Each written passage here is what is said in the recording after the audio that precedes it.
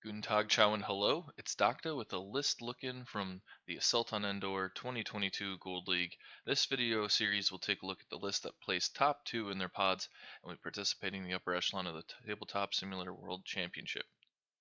Here we have Large Package, and he was in pod 5, finished with a record of 2-1 for a total of 18 tournament points, and that was enough to give him first place in that pod.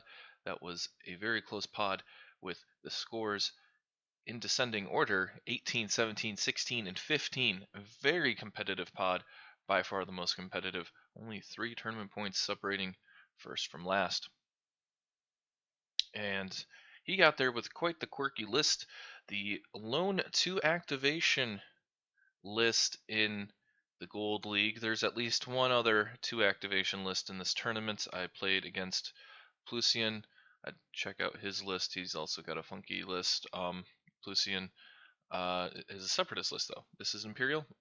One of 14 Imperials in the Gold League, and one of 6 5 deployment fleets. And yeah, he's got a 5-point bid, which is probably I think it's on the right side, the lower side of the 50% mark there. So he's got an above average bid there, but it's around the average, around the median there. Most people have 400, but 5 points is ample to beat some of those that are bidding below. And yeah, he's got a really fun fleet here. Let's take a look at it. So he's got Imperial II Star Destroyer. Oh, sorry, Ozzel. Only one other Ozzel in the Gold League. He's got Ozzel on this Imperial II Star Destroyer with Captain Brunson, flight controllers, expanded hangar bay, early warning system, leading shots, quad battery turrets, and the 7th Fleet Star Destroyer. So he wants to take it slow. I like it. I like it. Take it slow. EWS in the front arc, 7th Fleet Star Destroyer on the front arc. It can only affect the front arc. It's terribly overcosted, but yeah, Gladiator I also has that. Let's take a look at the pairing ship as part of the 7th Fleet Star Destroyer. We have Gladiator I with Minister Tua, Ordnance Experts, External Racks, and 7th Fleet Star Destroyer and Electronic Countermeasures. I thought this is pretty interesting here. I don't really understand what it's doing exactly. Is it maybe he plays it out in front, maybe he plays it alongside, kind of acting as like a sweeper, like, hey, if you're getting close, Gladiator's here to pop you. I don't know. I don't know how exactly this flies. I can't. This fleet gives me anxiety thinking it from a flying it perspective. This tactically outmatched or strategically outmatched from an activation perspective, deployment perspective. I don't think I could do it. Well, anyway, rounding out the fleet, we got Bossk, Colonel Jendon, Darth Vader, Maarek Stele, Saber Squadron, and 3 TIE Interceptors. Quite the array there. We have 1, 2, 6. Some I think what he's doing. So he's clearly dialing up squadron commands with flight controllers, expanding hangar bay. But I wonder if this Gladiator is also dialing up squadrons. It's a good question. I don't know. I like Ozzel here. I think you could make the case for. I think Ozzel really helps with quad battery turrets. But I think you could make the case for a couple other admirals as well.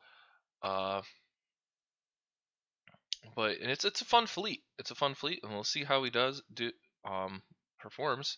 I'll update the video with the fleet performance once the tournament concludes in November. And if I had a guess as to what the objectives are, probably advanced gunnery. You can't beat. I mean, if you're proccing quad battery turrets on the ship on the first attack, you're getting the second attack. So you can't really beat the advanced gunnery ISD. Like, I mean, you can with the SSD, but the ISD2 is just a lot of fun with advanced gunnery. So I would assume that's the case there. If I had to guess, the yellow. Man, I don't know what the yellow would be.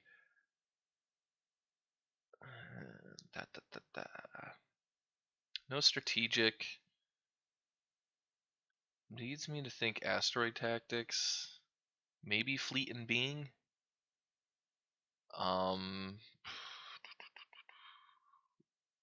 Blue is probably Solar Chrono superior positions due to the deployments. 5 deployments is pretty low, but I could see something like Infested Fields as well. He has the rogues to pick up the tokens on the way in. Yeah,